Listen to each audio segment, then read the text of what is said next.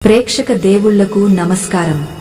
భారతీయ సనాతన ధర్మంలో వివాహ వ్యవస్థకు ఉన్న ప్రాముఖ్యత అంతా ఇంతా కాదు. ఇది కేవలం రెండు శరీరాల కలయిక మాత్రమే కాదు, రెండు మనసులు, రెండు కుటుంబాలు, రెండు వంశాల కలయిక అని మన పెద్దలు చెబుతుంటారు. వివాహం అనేది ఒక పవిత్రమైన బంధం. అందుకే మన సంప్రదాయంలో పెళ్లిని 7 అడుగుల బంధమని, 100 ఏళ్ల పంటని చాలా గొప్పగా వర్ణించారు. భార్యాభర్తలు అనేవారు బండికి ఉన్న 2 చక్రాల్లాంటివారు. ఏ ఒక్క చక్రం సరిగ్గా లేకపోయినా ఆ బండి ముందుకు సాగదు, ఆ ప్రయాణం సాఫీగా సాగదు. సంసారం అనే సాగరంలో ఈదాలంటే భార్యాభర్తలిద్దరి మధ్య అన్యోన్యత, అవగాహన ఉండటం ఎంత అవసరమో వారు పాటించే ధర్మం కూడా అంతే ముఖ్యం. ముఖ్యంగా మన శాస్త్రాలు స్త్రీని ఇంటికి మహాలక్ష్మిగా అభివర్ణించాయి.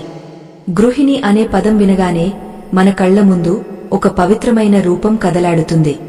ఇంటిని చక్కదిద్దుకునే ఇల్లాలు, బాధ్యతలను మోసే తల్లి, భర్తకు అండగా నిలిచే అర్ధాంగా, ఇలా ఎన్నో పాత్రలను స్త్రీ పోషిస్తుంది.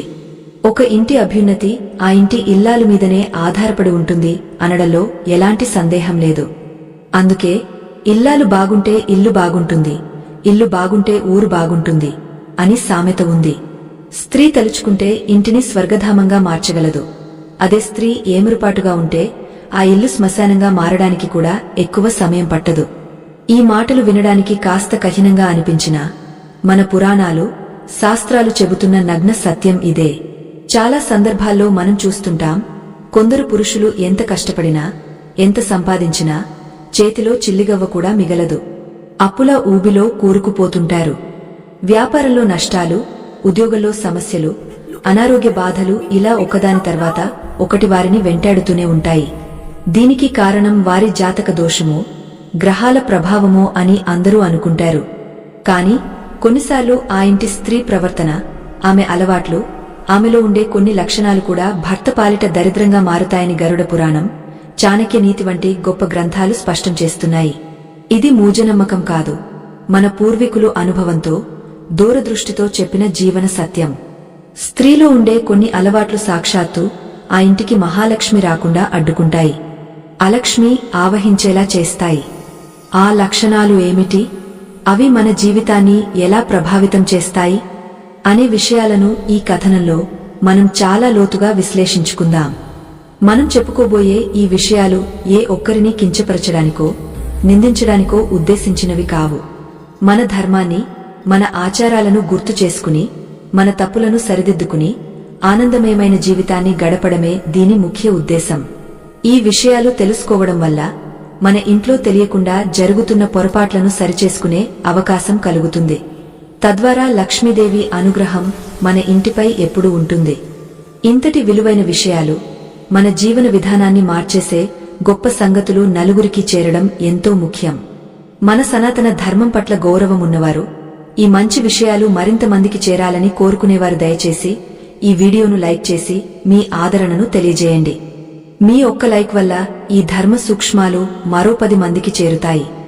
ఇక అసలు విషయంలోకి వెళితే, స్త్రీకి ఉండకూడని, భర్తను దరిద్రుడిని చేసే 5 ప్రమాదకరమైన లక్షణాలలో మొదటిది ఏమిటో చూద్దాం. మన శాస్త్రాల ప్రకారం స్త్రీ యొక్క వాక్కుకు, అంటే ఆమె మాట తీరుకు అత్యంత శక్తి ఉంది. నోరు మంచిదైతే ఊరు మంచిదవుతుంది అంటారు. కాని ఇక్కడ మనం గమనించాల్సింది ఏంటంటే, ఒక స్త్రీ నోటి నుండి వచ్చే మాట ఆ ఇంటి భవిష్యత్తును నిర్ణయిస్తుంది. ఏ స్త్రీ అయితే ఎప్పుడు కఠినంగా మాట్లాడుతుందో, ఎప్పుడు నిష్ఠురంగా ప్రవర్తిస్తుందో ఆ ఇంటి నుండి లక్ష్మీదేవి తక్షణమే వెళ్లిపోతుంది. భర్త ఇంటికి రాగానే చిరునవ్వుతో స్వాగతించాల్సింది పోయి, గడప దాటగానే గొడవలు మొదలుపెట్టే స్త్రీ ఉన్న ఇంట్లో దరిద్రం తాండవిస్తుంది. భర్త ఉదయం నుండి సాయంత్రం వరకు బయట ప్రపంచంతో పోరాడి అలసిపోయి ఇంటికి వస్తాడు. అతనికి కావలసింది ప్రశాంతత, భార్య ఆప్యాయత, పిల్లల ప్రేమ. కాని ఇంటికి రాగానే లేనిపోని ఫిర్యాదులు, దెప్పిపొడుపు మాటలు, అసహనంతో కూడిన ప్రవర్తన ఎదురైతే ఆ పురుషుడి మానసిక స్థితి పూర్తిగా దెబ్బతింటుంది. ఇక్కడ మనం అర్థం చేసుకోవాల్సిన విషయం ఒకటి ఉంది. ఇది కేవలం మానసిక ప్రశాంతతకు సంబంధించిన విషయం మాత్రమే కాదు, దీని వెనుక ఒక ఆధ్యాత్మిక కారణం కూడా ఉంది. సాయంకాలం సమయం అంటే సంధ్యా సమయం లక్ష్మీదేవి సంచరించే సమయం. దీపారాధన చేసి దైవనామ స్మరణ చేయాల్సిన ఆ పవిత్ర సమయంలో ఏ ఇంట్లో అయితే భార్యాభర్తల మధ్య గొడవలు జరుగుతాయో, ఏ ఇంట్లో అయితే స్త్రీ గట్టిగా అరుస్తూ కోపంతో ఊగిపోతూ మాట్లాడుతుందో ఆ ఇంటివైపు కన్నెత్తి కూడా లక్ష్మీదేవి చూడదు. ఆ ఇంట్లో జ్యేష్ఠాదేవి అంటే దరిద్ర దేవత తిష్ట వేసుకుని కూర్చుంటుంది. పురుషుడికి ఎంత మేధస్సు ఉన్నా, ఎంత సామర్థ్యమున్నా ఇంట్లో ప్రశాంతత లేకపోతే అతను బయట ఏ పని ఏకాగ్రతతో చేయలేడు.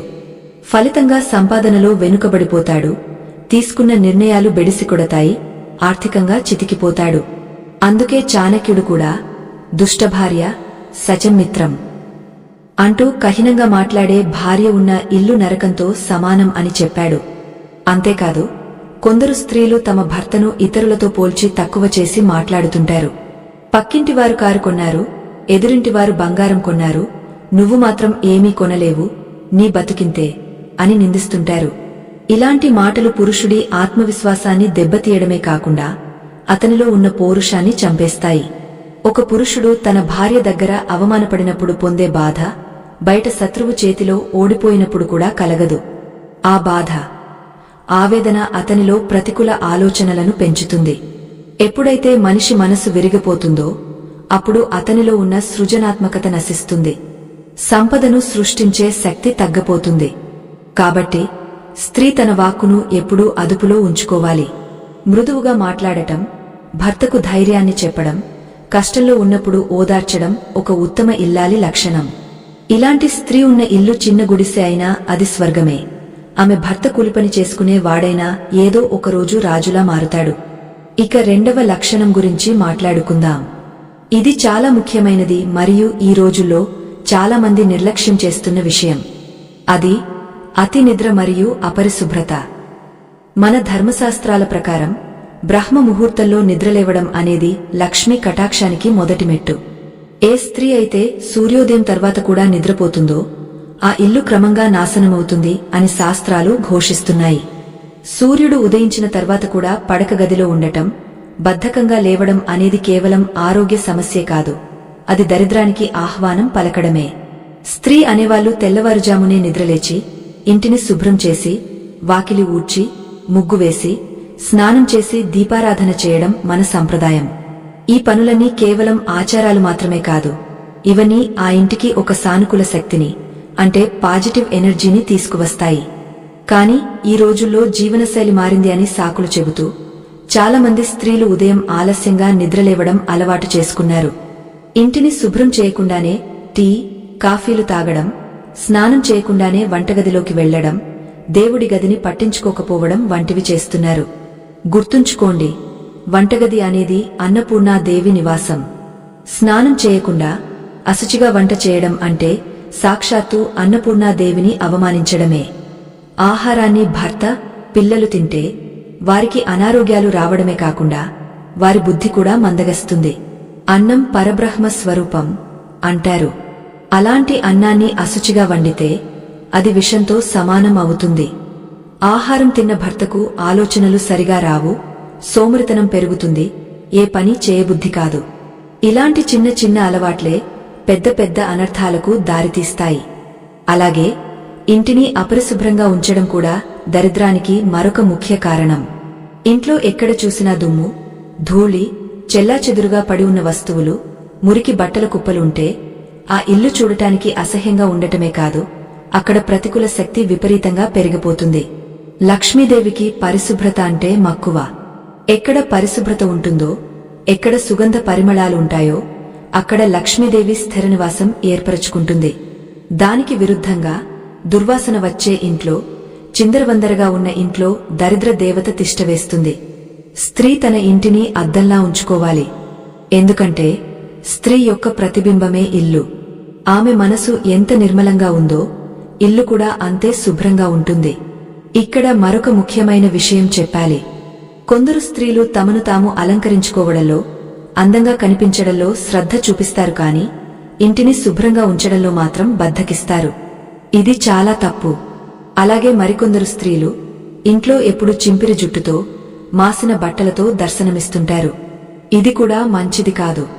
స్త్రీ ఎప్పుడూ కళగా, ముఖాన బొట్టుతో, చక్కటి వస్త్రధారణతో ఉండాలి.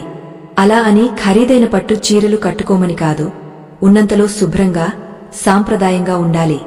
సుమంగళి స్త్రీని చూస్తే చేతులెత్తి మొక్కాలనిపించేలా ఉండాలి. ఎప్పుడైతే ఇంటి ఇల్లాలు లక్ష్మీదేవిలా కళకళలాడుతూ ఉంటుందో ఆ ఇంటి యజమాని ముఖంలో కూడా ఒక తేజస్సు వస్తుంది.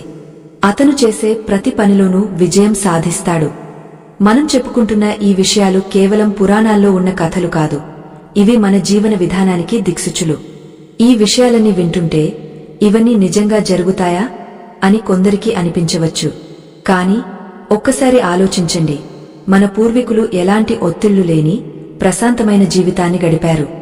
దానికి కారణం వారు పాటించిన ఈ నియమాలే. మనం ఆధునికత పేరుతో ఆ నియమాలను పక్కన పెట్టడం వల్లే ఈరోజు ఇన్ని సమస్యలను ఎదుర్కొంటున్నాం.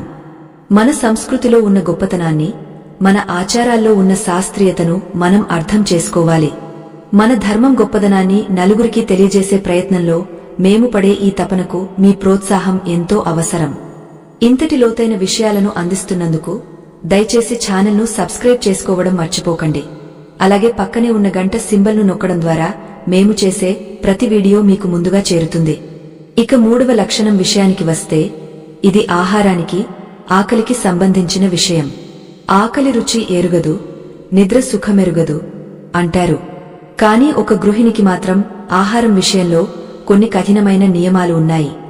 ఏ స్త్రీ అయితే భర్త తినకముందే, పిల్లలు తినకముందే తను కడుపు నిండా తింటుందో ఆ ఇంట్లో సిరిసంపదలు నిలవవు అని మన పెద్దలు చెబుతారు. ఇది వినడానికి కొంచెం చాదస్తంగా అనిపించవచ్చు. ఆకలి వేస్తే తినకూడదా? భార్య ఏమైనా బానిసా అని ఆధునిక భావాలు ఉన్నవారు ప్రశ్నించవచ్చు. కాని దీని వెనుక ఉన్న పరమార్థం త్యాగం, ప్రేమ. భారతీయ స్త్రీ త్యాగానికి మారుపేరు. తన కుటుంబం కోసం, తన భర్త కోసం, తన పిల్లల కోసం తన ఆకలిని కూడా ఓర్చుకునే గొప్ప మనసు ఆమెది. భర్తకు వడ్డించి అతడు తృప్తిగా తిన్న తర్వాత ఆ మిగిలిన అన్నాన్ని తినడంలోనే ఆమెకు గొప్ప తృప్తి ఉంటుంది. దీన్ని మన పూర్వీకులు ఒక యజ్ఞంలా భావించేవారు. అతిథి అభ్యాగతులకు ఇంటి యజమానికి పెట్టకుండా గృహిణి ముందుగా భుజించడం అనేది స్వార్థానికి నిదర్శనం. ఎక్కడ స్వార్థం ఉంటుందో అక్కడ ధర్మం ఉండదు. ఎక్కడ ధర్మం ఉండదో అక్కడ లక్ష్మి ఉండదు. అయితే దీని అర్థం స్త్రీని పస్తులుంచాలని కాదు. అనారోగ్యంతో ఉన్నప్పుడు, గర్భవతిగా ఉన్నప్పుడు, ఇతర ప్రత్యేక పరిస్థితుల్లో మినహాయింపులు ఉంటాయి. కాని సాధారణ సమయాల్లో మాత్రం కుటుంబం అంతా కలిసి భోజనం చేయడం లేదా భర్తకు వడ్డించిన తర్వాత భార్య తినడం అనేది ఒక గొప్ప సంస్కారం.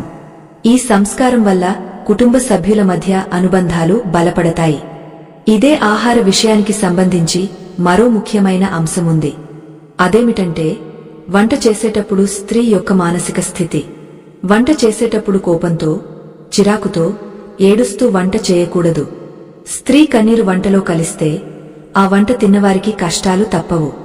వంట చేసేటప్పుడు భగవంతుని నామాన్ని స్మరిస్తూ ప్రశాంతమైన మనసుతో వండాలి. అలా వండిన వంట అమృతంలా మారుతుంది. ఆహారం తిన్న భర్తకు మంచి బుద్ధి కలుగుతుంది, ఆరోగ్యం బాగుంటుంది, దీర్ఘాయుష్షు కలుగుతుంది. కాని ఈ రోజుల్లో చాలా ఇళ్లలో వంట గదిలో కూడా గొడవలు జరుగుతున్నాయి. గరిటెలు, గిన్నెలు నేలకేసి కొడుతూ భర్తను తిట్టుకుంటూ వంట చేస్తున్నారు. ఆ విషపూరితమైన ఆలోచనలు ఆహారంలోకి చేరి ఆహారాన్ని భర్త తిని అతని ప్రవర్తన కూడా మారిపోతుంది. ఇదొక విష వలయంలా మారుతుంది. ఇక 4వ లక్షణం గురించి తెలుసుకునే ముందు ఒక చిన్న ఉదాహరణ చెప్పుకుందాం. ఒక పెద్ద కుండలో నీళ్లు ఉన్నాయి అనుకోండి. ఆ కుండకు ఒక చిన్న చిల్లు పడితే ఏమవుతుంది? నెమ్మదిగా నీళ్లన్నీ కారిపోతాయి, చివరకు కుండ ఖాళీ అవుతుంది. అలాగే భర్త ఎంత సంపాదించినా భార్యలో దుబారా ఖర్చు అనే చిల్లు ఉంటే ఆ సంపాదన అంతా ఆవిరైపోతుంది. అవును, స్త్రీకి ఉండకూడని మరో ప్రమాదకరమైన లక్షణం దుబారా ఖర్చు మరియు ధనం పట్ల గౌరవం లేకపోవడం. స్త్రీని గృహలక్ష్మి అంటాం. అంటే సంపదను కాపాడవలసిన బాధ్యత ఆమెదే. భర్త కష్టపడి తెచ్చిన డబ్బును జాగ్రత్తగా అవసరాలకు వాడుతూ కొంత దాచుకుని భవిష్యత్తు కోసం పొదుపు చేసే స్త్రీ ఉన్న ఇల్లు ఎప్పుడూ సుభిక్షంగా ఉంటుంది. కాని కొందరు స్త్రీలు చేతిలో డబ్బు పడగానే విచక్షణ కోల్పోతారు. అవసరం లేని వస్తువులు కొనడం, ఆడంబరాలకు పోవడం, పక్కవారిని చూసి పోటీపడి ఖర్చు చేయడం చేస్తుంటారు. ఇది చాలా ప్రమాదకరమైన ధోరణి. భర్త ఎంత కష్టపడుతున్నాడో, ఆ డబ్బు వెనుక ఎంత చెమట ఉందో గుర్తించని భార్య ఆ భర్త పాలిట శత్రువుతో సమానం. చాణక్యుడు కూడా డబ్బును నీళ్లలా ఖర్చు చేసే భార్య ఉన్నవాడు కుబేరుడైనా సరే భిక్షగాడిగా మారుతాడు అని హెచ్చరించాడు. లక్ష్మీదేవి చంచలమైనది. ఆమెను నిలబెట్టుకోవాలంటే ఎంతో పొదుపు, నేర్పు ఉండాలి. డబ్బును ఎవరైతే గౌరవిస్తారో వారి దగ్గరే డబ్బు నిలుస్తుంది. డబ్బును నిర్లక్ష్యం చేసేవారిని, వృధా చేసేవారిని లక్ష్మీదేవి విడిచిపెడుతుంది. ఇక్కడ మనం గమనించాల్సిన మరో విషయం ధనాన్ని ఎలా దాచుకోవాలి అనేది. పాతకాలంలో స్త్రీలు పోపు డబ్బాల్లో, బియ్యం డబ్బాల్లో ఎవరికీ తెలియకుండా కొంచెం కొంచెం డబ్బు దాచేవారు. కష్టకాలంలో ఆ డబ్బే ఆదుకునేది. ఆ పొదుపు చేసే గుణం ఈ తరం స్త్రీలలో తగ్గుతోంది. క్రెడిట్ కార్డులు, ఆన్లైన్ షాపింగ్ల మోజులో పడి ఉన్నదంతా ఖర్చు చేయడమే కాకుండా అప్పులు కూడా చేస్తున్నారు. ఈ అప్పుల భారం భర్త మీద పడి అతను మానసిక ఒత్తిడికిలోనే ఆరోగ్యం పాడై చివరికి సంపాదించే శక్తిని కూడా కోల్పోతున్నాడు. కాబట్టి ప్రతి స్త్రీ తన ఇంటి ఆర్థిక పరిస్థితిని పూర్తిగా అవగాహన చేసుకోవాలి. భర్త సంపాదనకు మించి ఖర్చు చేయకూడదు. పచ్చడి మెతుకులైనా పర్లేదు, కాని అప్పుల బాధ వద్దు అనే తృప్తి ఉండాలి. ఈ 4 లక్షణాలు ఒక ఎత్తైతే 5వ లక్షణం చాలా విచిత్రమైనది మరియు చాలా మందికి తెలియనిది. ఇది స్త్రీ యొక్క వ్యక్తిగత నడవడికకు, ముఖ్యంగా పెద్దల పట్ల ఆమె చూపే గౌరవానికి సంబంధించింది. ఏ స్త్రీ అయితే తన అత్తమామలను, ఇంటి పెద్దలను దూషిస్తుందో, వారిని ఇంటి నుండి వెళ్లగొట్టాలని చూస్తుందో, వారిని ఆకలితో మార్చుతుందో, ఆ స్త్రీ ముమ్మాటికి తన భర్తను దరిద్రుడిని చేస్తుంది. తల్లిదండ్రులు అనేవారు ప్రత్యక్ష దైవాలు. వారి ఆశీర్వాదం ఉంటేనే పిల్లలు బాగుపడతారు. వృద్ధాప్యంలో ఉన్న తల్లిదండ్రుల కన్నీరు ఆ ఇంటికి శాపం. ఏ కోడలైతే తన అత్తమామలను కన్న తల్లిదండ్రుల్లా చూసుకుంటుందో ఆ ఇంటికి తిరుగులేదు. కాని వృద్ధులను భారంగా భావించి వారిని వేధించే స్త్రీలు ఉన్న ఇళ్లలో మనం చూస్తూనే ఉంటాం. ఏదో ఒక అనర్థం జరుగుతూనే ఉంటుంది. దీని వెనుక ఉన్న ధర్మ సూక్ష్మమేమిటంటే పితృదేవతల ఆశీర్వాదం. ఇంట్లో ఉన్న పెద్దలను గౌరవిస్తే పితృదేవతలు సంతోషిస్తారు. వారి ఆశీర్వాదం వల్ల వంశం వృద్ధి చెందుతుంది, సంపద పెరుగుతుంది. వారిని ఏడిపిస్తే పితృదోషం కలుగుతుంది. ఈ దోషం వల్ల ఎంత సంపాదించినా నిలవదు, సంతానం కలగదు, ఒకవేళ కలిగినా ప్రయోజకులు కారు. భర్తకు సమాజంలో గౌరవం ఉండదు. తన తల్లిదండ్రులు అవమానపడుతుంటే చూసి తట్టుకోలేని భర్త లోలోపల కుమిలిపోతాడు. ఆ బాధ అతని ఆయుష్షును తగ్గస్తుంది. అందుకే స్త్రీ ఎప్పుడూ ఇంటి పెద్దల పట్ల వినయంతో, సేవాభావంతో ఉండాలి. ఇది కేవలం బాధ్యత కాదు, ఇది పుణ్యకార్యం. ఇప్పటివరకు మనం 5 ముఖ్యమైన లక్షణాల గురించి క్లుప్తంగా పరిచయం చేసుకున్నాం. కాని ఒక్కో లక్షణం గురించి, దానివల్ల కలిగే అనర్థాల గురించి, వాటిని ఎలా సరిదిద్దుకోవాలో పురాణాల్లో ఉన్న ఉదాహరణలతో సహా ఇంకా లోతుగా చర్చించాల్సిన అవసరముంది. అసలు ఈ దోషాలకు పరిహారాలు ఏమిటి? ఒకవేళ ఇప్పటికే ఇలాంటి అలవాట్లు ఉంటే వాటిని మార్చుకోవడమెలా? భర్త జాతకంలో దోషమున్నా భార్య తన ప్రవర్తనతో దాన్ని ఎలా జయించగలదు అనే అద్భుతమైన విషయాలు, మన కళ్ళు తెరిపించే సత్యాలు ఇంకా చాలా ఉన్నాయి. ఇది కేవలం ఆరంభం మాత్రమే. ఈ ప్రయాణంలో మనం ఇంకా ఎన్నో ఆసక్తికరమైన మలుపులు, మనసును కదిలించే గాథలు, జీవితానికి ఉపయోగపడే పాఠాలు నేర్చుకోబోతున్నాం. ప్రతి భాగం ఒక కొత్త విషయాన్ని, ఒక కొత్త కోణాన్ని ఆవిష్కరిస్తుంది. మీ జీవితంలో వెలుగులు నింపే ఈ జ్ఞాన యజ్ఞంలో మాతో పాటు మీరు కూడా భాగస్వాములు కండి. ఈ కథనం ఇంకా పూర్తి కాలేదు. ఇంకా ఎన్నో రహస్యాలు వెలుగులోకి రావాల్సి ఉంది. సనాతన ధర్మంలో ప్రతి ఆచారానికి, ప్రతి నియమానికి వెనుక ఒక బలమైన కారణం, ఒక ప్రయోజనం దాగి ఉన్నాయి. మన పెద్దలు ఏది చెప్పినా అది మన మంచి కోసమే అని గ్రహించాలి. ముఖ్యంగా స్త్రీల విషయంలో వారు విధించిన నియమాలు ఆ స్త్రీని అణచివేసేవి కావు, పైగా ఆమె కుటుంబానికి రక్షణ కవచంలా నిలిచేవి. మనం ముందుగా చెప్పుకున్నట్లు స్త్రీ యొక్క మానసిక స్థితి, ఆమె ప్రవర్తన ఆ ఇంటి యజమాని జాతకాన్ని కూడా మార్చగల శక్తిని కలిగి ఉంటాయి. జ్యోతిష్య శాస్త్రం ప్రకారం పురుషుడి జాతకంలో శుక్రుడు భార్యకు కారకుడు.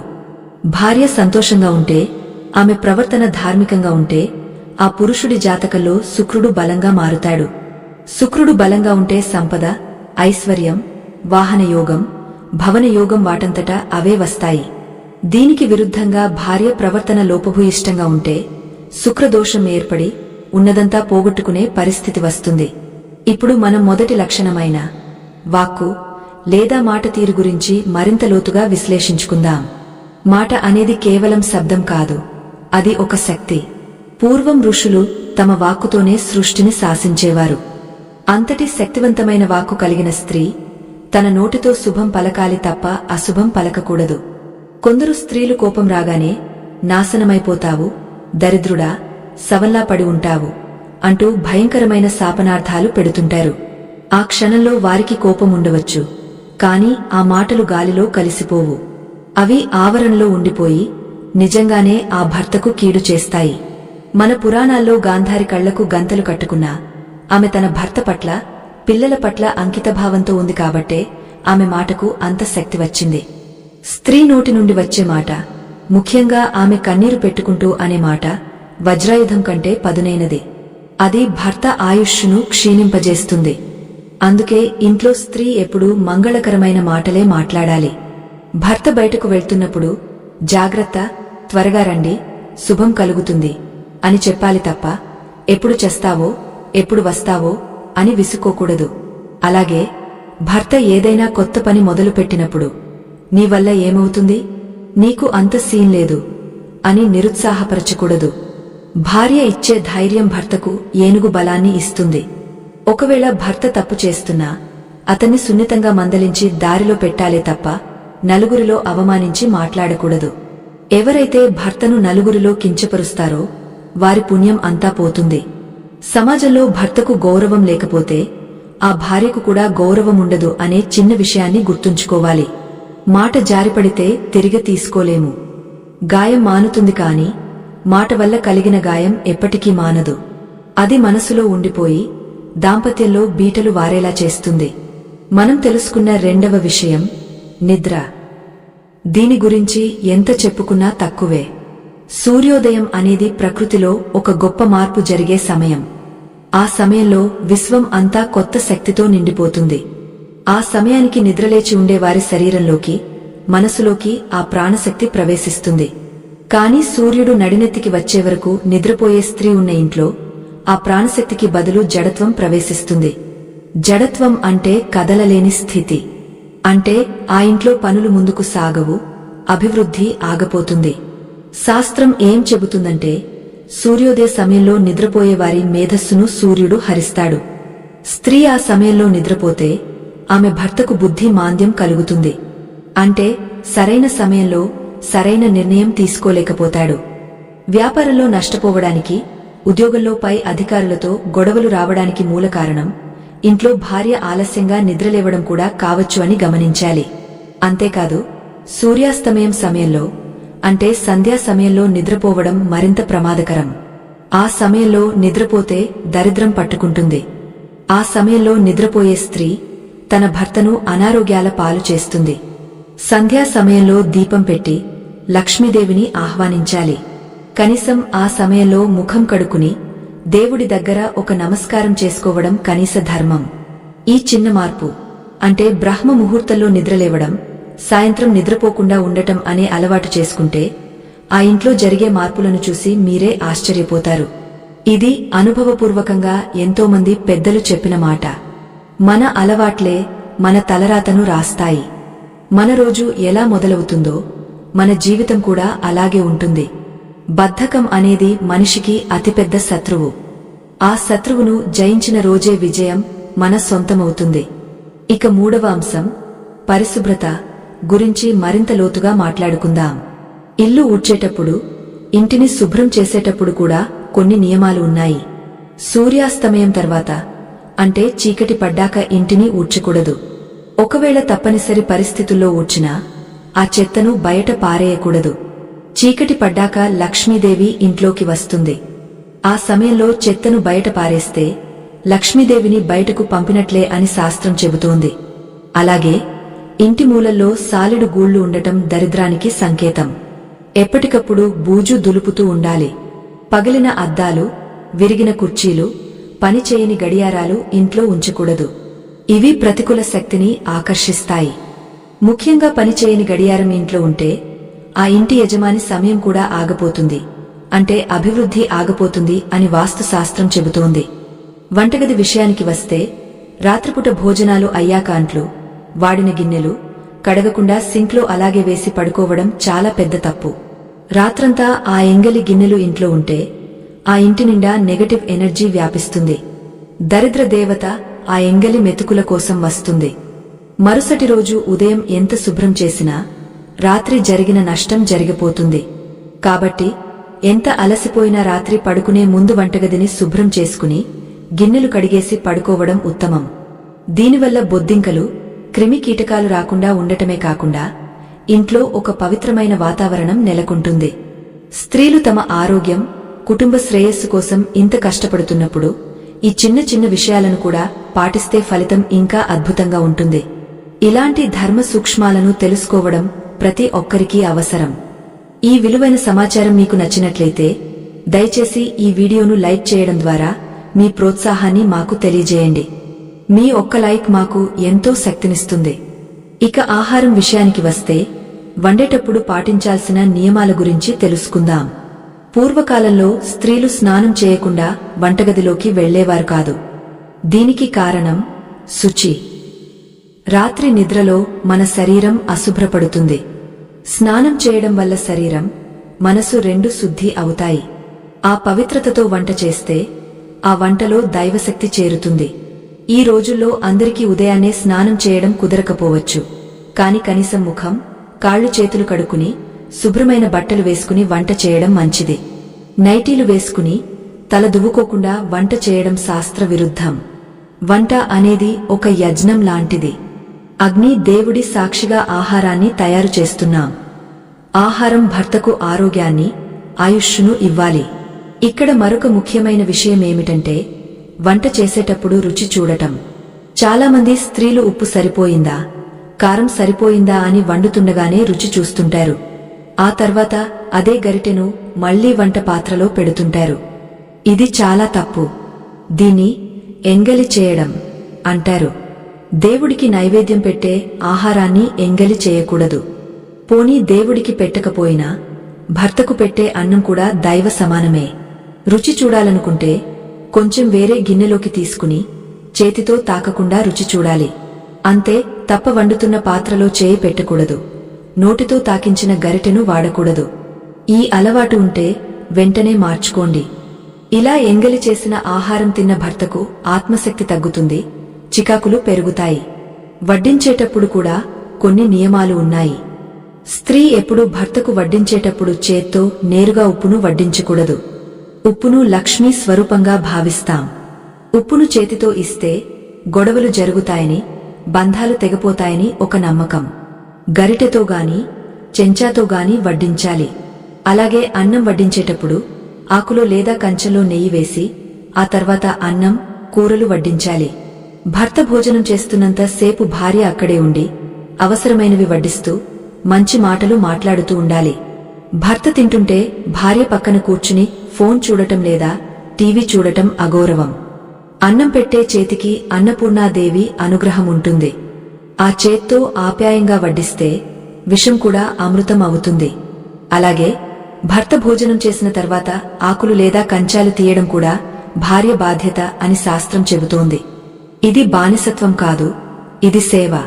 భర్తకు సేవ చేయడం ద్వారా స్త్రీ పుణ్యం సంపాదిస్తుంది. ఈ రోజుల్లో భార్యాభర్తలు సమానం అనే భావన ఉంది. అది మంచిదే. కానీ కొన్ని సేవలు చేయడం వల్ల బంధం బలపడుతుంది తప్ప తగ్గదు. భర్త కూడా భార్య అనారోగ్యంతో ఉన్నప్పుడు సేవ చేయాలి. అది అతని ధర్మం. సంసారంలో ఇద్దరూ ఒకరికొకరు సేవకులు, ఒకరికొకరు యజమానులు. అహంకారం ఎక్కడైతే ఉండదో అక్కడ ప్రేమ ఉంటుంది. ఇక దుబారా ఖర్చు గురించి మాట్లాడుకున్నాం కదా, దానికి కొనసాగింపుగా ఇంకొక విషయం. ధనం అనేది నిలకడ లేనిది. ఈ రోజు ఉంటుంది, రేపు పోతుంది. కానీ ధర్మాన్ని మాత్రం ఎవరూ దొంగలించలేరు. భార్య చేసే దానధర్మాలు భర్తను కాపాడతాయి. ఇంటికి వచ్చిన ముత్తైదువలకు పసుపు కుంకుమ ఇవ్వడం, ఇంటికి వచ్చిన బిచ్చగాడికి గుప్పెడు బియ్యం వేయడం వంటి చిన్న చిన్న దానాలు ఆ ఇంటికి రక్షరేఖలు. నా భర్త సంపాదన అంతంత మాత్రమే, నేను దానాలు ఎలా చేయగలను అని అనుకోవద్దు. దానం చేయడానికి ధనం కంటే గొప్ప మనసు కావాలి. ఉన్నదానిలో పిడికెడు బియ్యం దానం చేసినా అది గొప్పదే. ఏ ఇల్లాలు అయితే పిసినారిగా ఉంటుందో ఎవరు ఇంటికి రాకూడదు అని కోరుకుంటుందో ఆ ఇంటికి లక్ష్మి రాదు. అతిథి లేని ఇల్లు అడవితో సమానం. అలాగే స్త్రీలు తమ నగలు, పట్టుచీరలు అరువు ఇవ్వకూడదు. ముఖ్యంగా మంగళసూత్రం, మెట్టలు, నల్లపూసలు వంటివి ఎవరికీ ఇవ్వకూడదు. ఎవరివి వేసుకోకూడదు. వేరే వారి బట్టలు వేసుకోవడం వల్ల వారి దరిద్రం మనకు అంటుకుంటుంది. ఎవరి జాతక కర్మలు వారివి. మరొకరి వస్తువులు వాడటం ద్వారా వారి కర్మఫలాన్ని మనం పంచుకున్నట్లే అవుతుంది. పండుగలకు, శుభకార్యాలకు పక్కవారి నగలు అరువు తెచ్చుకుని వేసుకునే అలవాటు చాలా మందికి ఉంటుంది. అది మంచిది కాదు.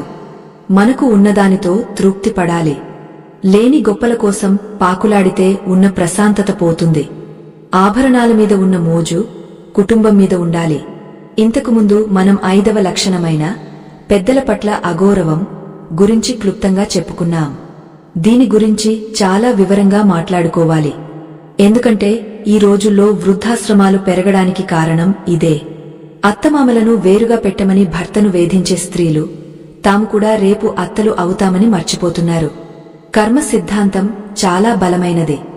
మనం మన పెద్దవాళ్లకు ఏ గతి పట్టిస్తామో మన పిల్లలు మనకు అదే గతి పట్టిస్తారు. ఇది ప్రకృతి న్యాయం. ఒక తల్లిగా తన పిల్లల మీద ఎంత ప్రేమ ఉంటుందో ఒక కోడలిగా తన అత్తమామల మీద కూడా అంతే గౌరవముండాలి. భర్తకు జన్మనిచ్చిన తల్లిదండ్రులను ప్రేమించలేని స్త్రీ భర్తను మాత్రం నిజంగా ఎలా ప్రేమించగలదు? అది కేవలం స్వార్థమే అవుతుంది కదా. దీనికి సంబంధించి మన పురాణాల్లో ఒక అద్భుతమైన కథ ఉంది. అనసూయదేవి తన భర్త పట్ల, అత్తమామల పట్ల చూపిన భక్తి వల్లే త్రిమూర్తులను సైతం పసిపిల్లలుగా మార్చగలిగింది. స్త్రీకి అంతటి శక్తి ఎక్కడి నుండి వచ్చింది? కేవలం పాతివ్రత్యం మరియు సేవాభావం నుండే వచ్చింది. ఈ రోజుల్లో త్రిమూర్తులను మార్చాల్సిన పనిలేదు. కనీసం మన భర్త మనసును గెలుచుకుంటే చాలు. అత్తమామలను బాగా చూసుకునే కోడలు అంటే భర్తకు ఎంతో గౌరవం, ప్రేమ కలుగుతాయి. నా తల్లిదండ్రులను ఇంత బాగా చూసుకుంటోంది అనే కృతజ్ఞతా భావం అతనిలో ఉంటుంది. ఆ సంతోషమే అతనికి కొండంత బలాన్ని ఇస్తుంది. ఆ బలంతో అతను బయట ప్రపంచంలో ఎన్ని విజయాలనైనా సాధించగలడు. కాని ఇంటి పెద్దల కన్నీరు ఆ ఇంటి పునాదులను కదిలిస్తుంది. వారి దీవెనలు ఎంత గొప్పవో వారి శాపాలు అంత ప్రమాదకరం. వారు నోరు తెరిచి శపించాల్సిన పనిలేదు. వారి మనసు నొచ్చుకుని కార్చే ఒక్క కన్నీటి చుక్క చాలు ఆ వంశాన్ని నాశనం చేయడానికి. అందుకే స్త్రీ ఎప్పుడూ ఇంటి పెద్దల పట్ల వినయంగా ఉండాలి. వారికి సమయానికి తిండి పెట్టడం, మందులు ఇవ్వడం, కాసేపు వారితో మాట్లాడటం చేయాలి. వారి అనుభవం, వారి సలహాలు మన జీవితానికి ఎంతో ఉపయోగపడతాయి. వారిని భారం అనుకుంటే మన జీవితమే మనకు భారం అవుతుంది. మన సంస్కృతిలో మాతృదేవోభవ, పితృదేవోభవ అని నేర్పించారు. ఆ ధర్మాన్ని పాటించే ఇంట్లో సిరుల పంట పండుతుంది. ఇలాంటి మంచి విషయాలు, మన ధర్మానికి సంబంధించిన అద్భుతమైన విశేషాలు ఇంకా ఎన్నో ఉన్నాయి. ముఖ్యంగా స్త్రీలు ఆచరించాల్సిన కొన్ని ప్రత్యేక వ్రతాలు, పూజల వల్ల భర్తకు ఆయుష్ పెరుగుతుందని మన శాస్త్రాలు చెబుతున్నాయి. అలాగే ఏ రోజుల్లో తలస్నానం చేయాలి, ఏ రోజుల్లో గోర్లు తీయకూడదు వంటి చిన్న చిన్న విషయాల వెనుక ఉన్న పెద్ద రహస్యాలను మనం రాబోయే భాగాల్లో తెలుసుకోబోతున్నాం. అంతేకాదు, ఒకవేళ స్త్రీలో ఈ దురలవాట్లు ఉంటే వాటిని ఎలా మార్చుకోవాలి, దానికి ఎలాంటి పరిహారాలు చేసుకోవాలి అనేది చాలా ముఖ్యం. తప్పు చేయడం సహజం, కాని దాన్ని సరిదిద్దుకోవడమే సంస్కారం. ఆ సంస్కారానికి సంబంధించిన మార్గాలను మనం అన్వేషించబోతున్నాం. ఈ ప్రయాణం మనల్ని మనం మార్చుకోవడానికి, మన జీవితాలను ఉన్నతంగా తీర్చిదిద్దుకోవడానికి ఒక చక్కటి అవకాశం. ఈ విషయాలన్నీ వింటున్నప్పుడు మీ మనసులో ఏమనిపిస్తోంది? మీ ఇంట్లో కూడా ఇలాంటి చిన్న చిన్న పొరపాట్లు జరుగుతున్నాయా? అయితే భయపడాల్సిన పని లేదు. తెలుసుకోవడం అనేది మార్పుకు మొదటి మెట్టు. మనం ఇప్పుడు తెలుసుకున్నాం కాబట్టి ఇకపై జాగ్రత్త పడవచ్చు. మన పురాణాలు సమస్యను చూపించడమే కాదు, పరిష్కారాన్ని కూడా చూపించాయి. ఆ పరిష్కార మార్గాలను తెలుసుకోవాలంటే ఈ కథనాన్ని చివరి వరకు వినాల్సిందే. మనం చెప్పుకోబోయే తర్వాతి విషయాలు మరింత ఆసక్తికరంగా, మరింత ఉపయోగకరంగా ఉండబోతున్నాయి. మనం ఇంతకుముందు భాగంలో చెప్పుకున్నట్లుగా సమస్యను గుర్తించడం ఎంత ముఖ్యమో దానికి పరిష్కారం తెలుసుకోవడం కూడా అంతే ముఖ్యం. ఇప్పుడు మనం స్త్రీలు తమ దైనందిన జీవితంలో పాటించాల్సిన మరికొన్ని అతి ముఖ్యమైన నియమాల గురించి, ముఖ్యంగా శరీరాన్ని శుభ్రం చేసుకునే విషయంలో, అలంకరణ విషయంలో చేసే చిన్న చిన్న తప్పులు భర్త పాలిట ఎలా శాపాలుగా మారుతాయో వివరంగా తెలుసుకుందాం. ఇందులో ప్రధానంగా చెప్పుకోవాల్సింది కేశ సంస్కరణ గురించి. అంటే తలస్నానం చేయడం, జుట్టు దువ్వుకోవడం, వెంట్రుకలు పారవేయడం వంటి విషయాలు. ఇవి చాలా చిన్న విషయాలుగా అనిపించవచ్చు, కాని మన ధర్మశాస్త్రంలో వీటికి చాలా పెద్ద అర్థం ఉంది. స్త్రీ యొక్క జుట్టులో ఒక ప్రత్యేకమైన శక్తి దాగి ఉంటుందని, ఆమె జుట్టును అశ్రద్ధ చేస్తే ఆ ఇంటికి అరిష్టమని పెద్దలు చెబుతారు. ముఖ్యంగా శుక్రవారం, మంగళవారం రోజుల్లో స్త్రీలు తలస్నానం చేయడం మన సంప్రదాయంలో ఉన్న ఆచారం. కాని కొన్ని ప్రత్యేక తిథుల్లో, అమావాస్య రోజున లేదా భర్త పుట్టిన నక్షత్రం రోజున స్త్రీలు తలస్నానం చేయకూడదు అని శాస్త్రం చెబుతోంది. అలాగే ఏ రోజు పడితే ఆ రోజు, ఏ సమయం పడితే ఆ సమయం తలస్నానం చేయడం వల్ల భర్త ఆరోగ్యానికి హాని కలుగుతుంది. సూర్యోదయం తర్వాత మాత్రమే తలస్నానం చేయాలి. అర్ధరాత్రి వేళల్లో, బాగా పొద్దుపోయాక తలస్నానం చేయడం నిషిద్ధం. ఎందుకంటే తడి జుట్టుతో రాత్రిపూట సంచరించడం వల్ల ప్రతికూల శక్తులు, అంటే గాలి ధూళి వంటివి స్త్రీని త్వరగా ఆవహిస్తాయి. దీనివల్ల ఆమె మానసిక స్థితి దెబ్బతింటుంది, ఆ ప్రభావం ఇల్లంతటిపై పడుతుంది. ఇక జుట్టు దువ్వుకునే విషయంలో చాలామంది స్త్రీలు చేసే పొరపాటు ఏమిటంటే, ఇంట్లో హల్లో కూర్చుని లేదా అందరూ తిరిగే చోట కూర్చుని జుట్టు దువ్వుకోవడం. దువ్విన తర్వాత రాలిన వెంట్రుకలను అక్కడే వదిలేయడం లేదా ఇంటి మూలల్లోకి నెట్టడం చేస్తుంటారు. ఇది దరిద్రానికి పరాకాష్ట. రాలిన వెంట్రుకలు శని గ్రహానికి సంకేతం. అవి ఇంట్లో ఎక్కడ పడితే అక్కడ ఉంటే ఆ ఇంట్లో గొడవలు ఎప్పటికీ తగ్గవు. భార్యాభర్తల మధ్య అనవసరమైన అనుమానాలు, కలహాలు రావడానికి ఈ రాలిన వెంట్రుకలే కారణం అవుతాయి. జుట్టు దువ్వుకున్న తర్వాత ఆ వెంట్రుకలను ఉండగా చుట్టి ఎవరికి తగలని చోట లేదా చెత్తబుట్టలో పారవేయాలి తప్ప ఇంటి ఆవరణలో ఎగరవేయకూడదు. అవి ఆహారంలో పడితే ఆ అన్నం తిన్నవారికి ఆరోగ్యం క్షీణించడమే కాకుండా వారి ఆయుష్ కూడా తగ్గుతుంది. అలాగే సాయం సంధ్య వేళ, అంటే దీపారాధన చేసే సమయంలో స్త్రీలు జుట్టు విరబోసుకుని ఉండకూడదు. జుట్టు విరబోసుకుని ఉంటే జ్యేష్ఠాదేవిని, అంటే దరిద్ర దేవతను ఆహ్వానించినట్లే. మన పురాణాల్లో ద్రౌపదీదేవి శపథం చేసినప్పుడు మాత్రమే జుట్టు ముడివేయలేదు, అది ఒక ప్రత్యేక సందర్భం. కాని సాధారణ గృహిణులు ఎప్పుడు జుట్టును ముడివేసుకుని లేదా జడ వేసుకుని ఉండాలి. జుట్టు చివర్లు చిట్లిపోకుండా చూసుకోవాలి. స్త్రీ జడ ఎంత అందంగా, ఎంత పద్ధతిగా ఉంటే ఆ ఇంటి వ్యవస్థ కూడా అంత చక్కగా ఉంటుంది. జుట్టును నిర్లక్ష్యం చేసే స్త్రీ తన బాధ్యతలను కూడా నిర్లక్ష్యం చేస్తుంది అని అర్థం. ఇవన్నీ మూఢనమ్మకాలు కావు.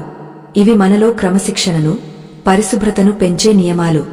ఈ నియమాలు పాటించడం వల్ల ఇంట్లో ప్రశాంతత నెలకొంటుంది. మరొక ముఖ్యమైన విషయం గోర్లు తీయడం. చాలామంది స్త్రీలు తీరిక దొరికినప్పుడు, అంటే సాయంత్రం టీవీ చూస్తూనో కబుర్లు చెబుతూనో గోర్లు తీసుకుంటారు. ఇది చాలా ప్రమాదకరం. సూర్యాస్తమయం తర్వాత గోర్లు తీయకూడదు.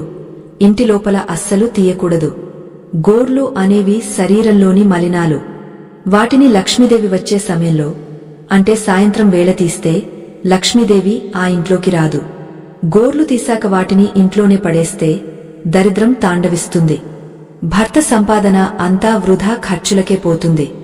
చేతికి డబ్బు అందదు.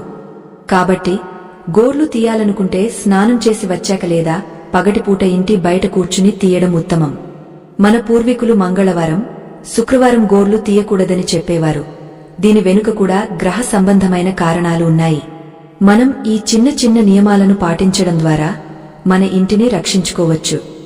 ఇంతటి లోతైన విషయాలను, మన సంస్కృతిలో దాగి ఉన్న రహస్యాలను తెలుసుకోవడం ఎంత అవసరమో కదా. ఇలాంటి మంచి విషయాలు 10 మందికి చేరాలంటే మీ సహాయం కావాలి. దయచేసి ఈ ప్రయత్నాన్ని మెచ్చుకుంటూ ఒక లైక్ చేయండి. అది మాకు ఎంతో సంతోషాన్నిస్తుంది. ఇప్పుడు స్త్రీ యొక్క వస్త్రధారణ గురించి మాట్లాడుకుందాం. స్త్రీ కట్టుకునే బట్టలు ఆమె సౌకర్యం కోసం మాత్రమే కాదు, అవి ఆ ఇంటి గౌరవానికి ప్రతీకలు. ఈ రోజుల్లో చిరిగిన బట్టలు వేసుకోవడం ఒక ఫ్యాషన్గా మారింది. కాని శాస్త్రం ప్రకారం చిరిగిన బట్టలు, మాసిన బట్టలు వేసుకోవడం దరిద్రానికి హేతువు. బట్టలకు పిన్నీసులు పెట్టుకుని చిరుగులు కనపడకుండా మేనేజ్ చేయడం పొదుపు కాదు, అది దరిద్రాన్ని దాచుకోవడం. చిరిగిన బట్టల నుండి వచ్చే ప్రతికూల తరంగాలు స్త్రీ ఆరాను, అంటే ఆమె చుట్టూ ఉండే శక్తి వలయాన్ని బలహీనపరుస్తాయి. అలాగే సుమంగళి స్త్రీలు పూర్తిగా నలుపు రంగు దుస్తులు లేదా పూర్తిగా తెలుపు రంగు దుస్తులు ధరించకూడదు అని పెద్దలు చెబుతారు. ఎరుపు, పసుపు, ఆకుపచ్చ వంటి మంగళకరమైన రంగులు ధరిస్తే చూడటానికి నిండుగా ఉండటమే కాకుండా భర్తకు కళ్లకు ఇంపుగా, మనసుకి ఆనందంగా ఉంటుంది. అలాగే స్త్రీలు తమ వస్త్రాలను ఉతకకుండా రోజుల తరబడి వాడకూడదు. ముఖ్యంగా లోదుస్తుల విషయంలో అత్యంత శుభ్రత పాటించాలి. అపరిశుభ్రమైన వస్త్రాలు ధరించిన స్త్రీ ఋతుక్రమ దోషాలకు, గర్భాశయ సంబంధిత వ్యాధులకు లోనవుతుంది. భార్య అనారోగ్యంతో ఉంటే ఆ భర్తకు మనశ్శాంతి ఉండదు, ఆసుపత్రుల చుట్టూ తిరగడానికే సరిపోతుంది. ఇక సంపాదన మీద ధ్యాస ఎలా ఉంటుంది? కాబట్టి స్త్రీ ఆరోగ్యం, ఆమె పరిశుభ్రత ఆ ఇంటి ఆర్థిక పరిస్థితిని ప్రత్యక్షంగా ప్రభావితం చేస్తాయి. భర్త ఇంటికి రాగానే భార్యను చూసి మురిసిపోవాలి కాని ఆమె అలంకరణ చూసి అసహించుకోకూడదు. ఇంట్లో ఉన్నప్పుడు కూడా స్త్రీ చక్కగా తలదువ్వుకుని, బొట్టు పెట్టుకుని, శుభ్రమైన బట్టలు వేసుకుని ఉండాలి. పక్కింటి వాళ్ల కోసం, ఫంక్షన్ల కోసం మాత్రమే తయారవ్వడం కాదు, తన భర్త కోసం తయారవ్వాలి. ఇక 6వ లక్షణం లేదా అలవాటు గురించి చెప్పుకుందాం. ఇది చాలా సున్నితమైన విషయం, కాని చాలా ప్రమాదకరమైనది. అదే పరుల విషయాల మీద ఆసక్తి మరియు పరనింద. దీన్నే మనం సామాన్య భాషలో గాసిప్స్ లేదా చాడీలు చెప్పుకోవడం అంటాం. స్త్రీకి ఉండకూడని అతి పెద్ద దుర్గుణం ఇది. పక్కింటి వారి గురించి, ఎదురింటి వారి గురించి, బంధువుల గురించి లేనిపోని మాటలు మాట్లాడటం, వారిని విమర్శించడం వల్ల మనకు వచ్చే లాభం ఏమీ ఉండదు, కాని పాపం మాత్రం మూటగట్టుకుంటాం. ఏ స్త్రీ అయితే గంటల తరబడి ఫోన్లలో లేదా గోడల మీద నిల్చుని పక్కవారి గురించి మాట్లాడుతుందో ఆమె తన ఇంటిని నాశనం చేసుకుంటుంది. ఆ సమయంలో ఆమె చేయాల్సిన పనులు ఆగిపోతాయి, పిల్లల చదువు పాడవుతుంది, భర్త అవసరాలు తీరవు. అంతేకాదు, మనం ఎవరి గురించి అయితే చెడుగా మాట్లాడుతామో వారి పాపకర్మలో కొంత భాగం మనకు అంటుకుంటుంది అని గరుడ పురాణం చెబుతోంది. మనం నోరు తెరిచి ఒకరిని నిందిస్తే ఆ నింద మనకు తిరిగి వస్తుంది. పైగా ఇలా చాడీలు చెప్పే భార్య వల్ల భర్తకు సమాజంలో చెడ్డ పేరు వస్తుంది. ఆమె నోరు మంచిది కాదు, ఆమెతో జాగ్రత్తగా ఉండాలి అని అందరూ దూరంగా ఉంటారు. దీనివల్ల ఆ కుటుంబం ఒంటరి అయిపోతుంది. కష్టకాలంలో సాయం చేయడానికి ఎవరు ముందుకు రారు. భర్తకు రావలసిన మంచి అవకాశాలు కూడా భార్య నోటి దురుసు వల్ల చేజారిపోతాయి. కాబట్టి స్త్రీలు తమ సమయాన్ని, శక్తిని తమ కుటుంబం కోసం, దైవ చింతన కోసం వెచ్చించాలి తప్ప పక్కవారి విషయాల కోసం కాదు.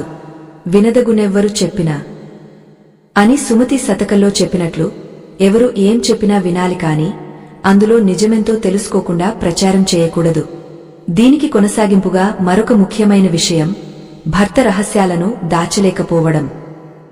భార్య అనే మాటకు అర్థం భరించేది అని.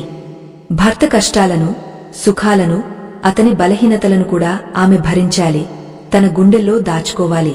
కాని కొందరు స్త్రీలు తమ భర్తకు సంబంధించిన వ్యక్తిగత విషయాలను, వారి ఆర్థిక ఇబ్బందులను, వారి లోపాలను తమ పుట్టింటి వారితోనో, స్నేహితులతోనో పంచుకుంటారు. మా ఆయనకి ఏమీ చేతకాదు, ఆయనకి తెలివితేటలు లేవు అని నలుగురిలో చులకన చేస్తారు. ఇది భర్తను నైతికంగా చంపేయడంతో సమానం. మగవారు తమ భార్య దగ్గర మాత్రమే పసిపిల్లల్లా ప్రవర్తిస్తారు, తమ భయాలను చెప్పుకుంటారు. ఆ నమ్మకాన్ని భార్య వమ్ము చేస్తే ఇక అతనికి ఈ ప్రపంచంలో నమ్మదగిన వ్యక్తి ఎవరుంటారు? భర్త రహస్యాన్ని కాపాడే భార్య ఉన్న ఇల్లు కోట లాంటిది. దాన్ని ఎవరూ పడగొట్టలేరు. కాని ఇంటిగుట్టును రట్టు చేసే భార్య ఉంటే ఆ కోట పేకమేడలా కూలిపోతుంది. శత్రువులు ఆ కుటుంబంలోని లోపాలను ఆసరాగా తీసుకుని దెబ్బ కొడతారు, ఆర్థికంగా మోసం చేస్తారు. కాబట్టి నోటిని అదుపులో ఉంచుకోవడం స్త్రీకి అతిపెద్ద ఆభరణం. బంగారం, వజ్రాలు లేకపోయినా పర్లేదు కాని నోటిమీద అదుపు లేకపోతే ఆ స్త్రీకి, ఆ ఇంటికి రక్షణ ఉండదు. ఈ విషయాన్ని ప్రతి సోదరీమణి గుర్తుంచుకోవాలి. మేము ఇంత వివరంగా, ఇంత శ్రద్ధగా ఈ విషయాలను చెప్పడం వెనుక ఉన్న ఉద్దేశం ఒక్కటే, మన కుటుంబ వ్యవస్థ బాగుండాలి. ఈ మంచి మాటలు మీకు నచ్చితే ఈ ఛానల్ను సబ్స్క్రైబ్ చేసుకుని మాకు తోడుగా నిలబడండి. మేము ఇంకా ఎన్నో మంచి విషయాలు మీకు అందిస్తాం. ఇక 7వ విషయం గురించి మాట్లాడుకుందాం. ఇది భార్యాభర్తల మధ్య ఉండాల్సిన నమ్మకం మరియు అనుమానం. అనుమానం పెనుభూతం అంటారు.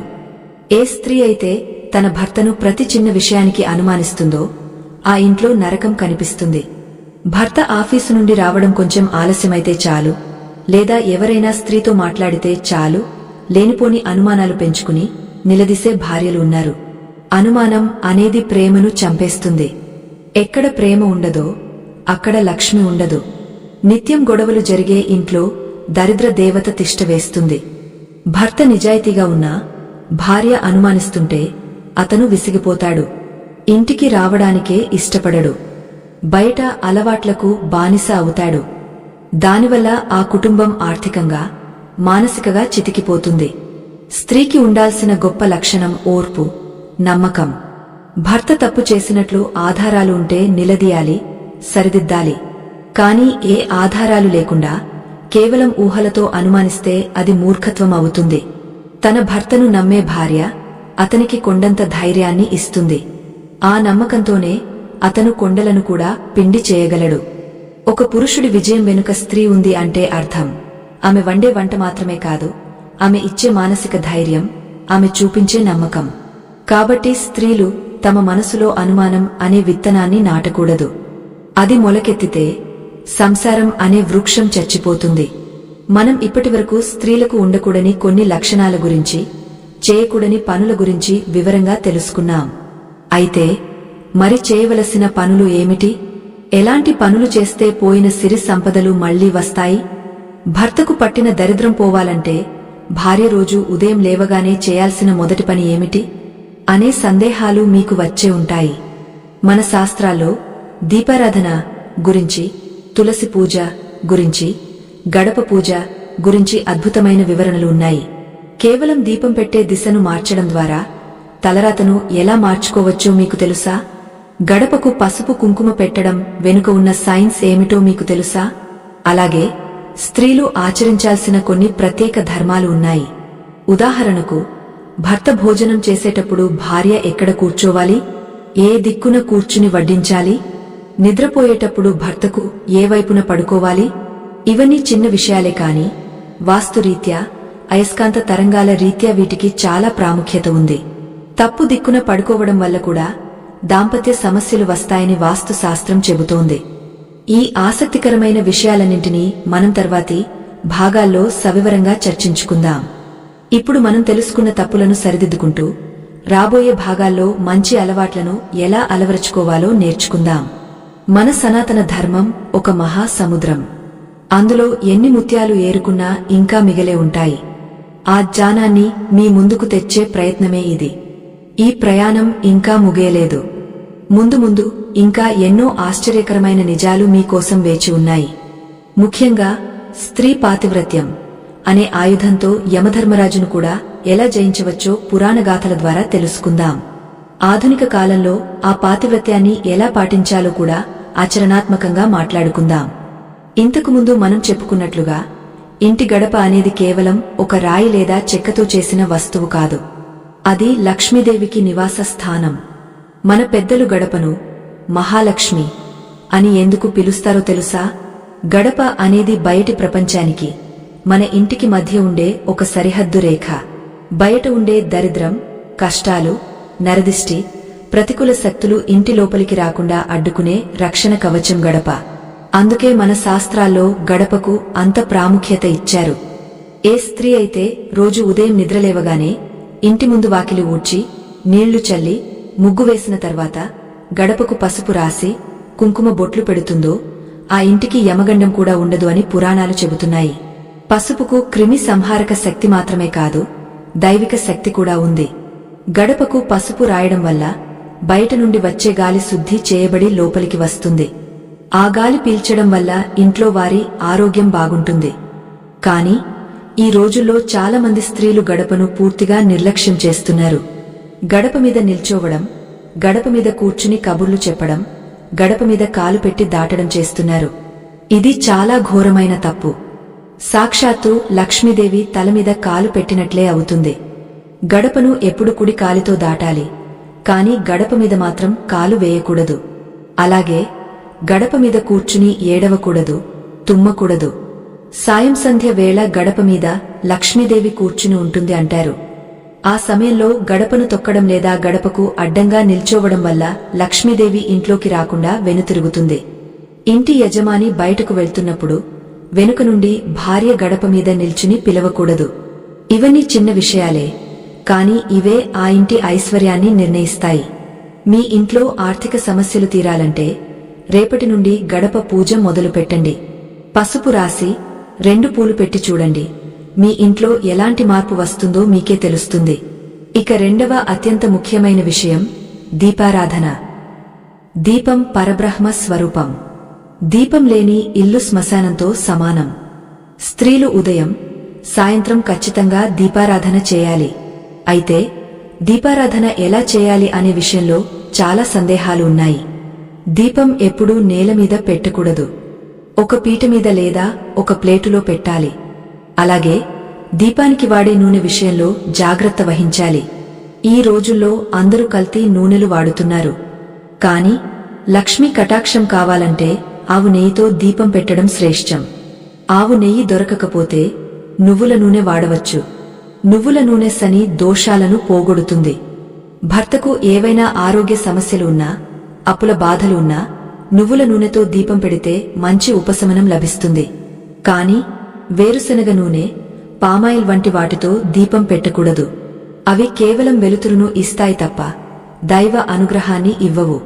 అలాగే దీపం పెట్టే దిశ కూడా చాలా ముఖ్యం. దీపం యొక్క జ్వాల ఎప్పుడూ తూర్పు వైపు లేదా ఉత్తరం వైపు ఉండాలి. తూర్పు వైపు ఉంటే ఆరోగ్యం, కుటుంబ సౌఖ్యం కలుగుతాయి. ఉత్తరం వైపు ఉంటే సిరి సంపదలు, ధనలాభం కలుగుతాయి. కాని పొరపాటున కూడా దీపం జ్వాల దక్షిణ దిక్కుకు ఉండకూడదు. దక్షిణం యమస్థానం. అటువైపు దీపం పెడితే ఇంట్లో అశుభాలు జరుగుతాయి, మరణ భయం కలుగుతుంది. అలాగే పడమర దిక్కున కూడా పెట్టకూడదు. దానివల్ల అప్పులు పెరుగుతాయి. ఇక దీపంలో ఎన్ని వత్తులు వేయాలి అనేది మరో ధర్మ సూక్ష్మం. ఎప్పుడూ ఒకే వత్తి వేసి దీపం వెలిగించకూడదు. అది అశుభం. 2 వత్తులు కలిపి ఒక వత్తిగా చేసి వెలిగించాలి. 3 వత్తులు వేస్తే సంతాన వృద్ధి, 5 వత్తులు వేస్తే సకల ఐశ్వర్యాలు కలుగుతాయి. కార్తీక మాసం వంటి పవిత్ర రోజుల్లో స్త్రీలు ఉసిరి దీపం, పిండి దీపం వెలిగిస్తే వారి మాంగళ్య బలం పెరుగుతుంది, భర్తకు ఆయుష్ పెరుగుతుంది. ఇంతటి శక్తివంతమైన దీపారాధనను నిర్లక్ష్యం చేసే స్త్రీ తన ఇంటిని చీకటిలోకి నెట్టేస్తుంది. దీపారాధన తర్వాత మనం తప్పక చెప్పుకోవాల్సిన మరో దైవ స్వరూపం తులసి చెట్టు. తులసి మొక్కలేని హిందువు ఇల్లు ఉండకూడదు. తులసి సాక్షాత్తు బృందావని, శ్రీమహాలక్ష్మి స్వరూపం. ఏ ఇంట్లో అయితే తులసి మొక్క పచ్చగా కళకళలాడుతూ ఉంటుందో ఆ ఇంట్లో యమదూతలు అడుగు పెట్టడానికి భయపడతారు అని గరుడ పురాణం చెబుతోంది. స్త్రీలు ఉదయం స్నానం చేసిన తర్వాత తులసి మొక్కకు నీళ్లు పోసి 3 ప్రదక్షిణలు చేయాలి. సాయంత్రం తులసి కోట దగ్గర దీపం వెలిగించాలి. దీనివల్ల ఆ ఇంట్లో పాజిటివ్ ఎనర్జీ విపరీతంగా పెరుగుతుంది. తులసి గాలి పీల్చడం వల్ల స్త్రీలకు వచ్చే చాలా రకాల శ్వాసకోశ వ్యాధులు, ఊపిరితిత్తుల సమస్యలు తగ్గుతాయి. ఇది శాస్త్రీయంగా నిరూపించబడిన సత్యం. మన ఋషులు మతంతో పాటు ఆరోగ్యాన్ని కూడా ముడిపెట్టి మనకు అందించారు. కాని తులసి మొక్క విషయంలో కూడా కొన్ని నియమాలు ఉన్నాయి.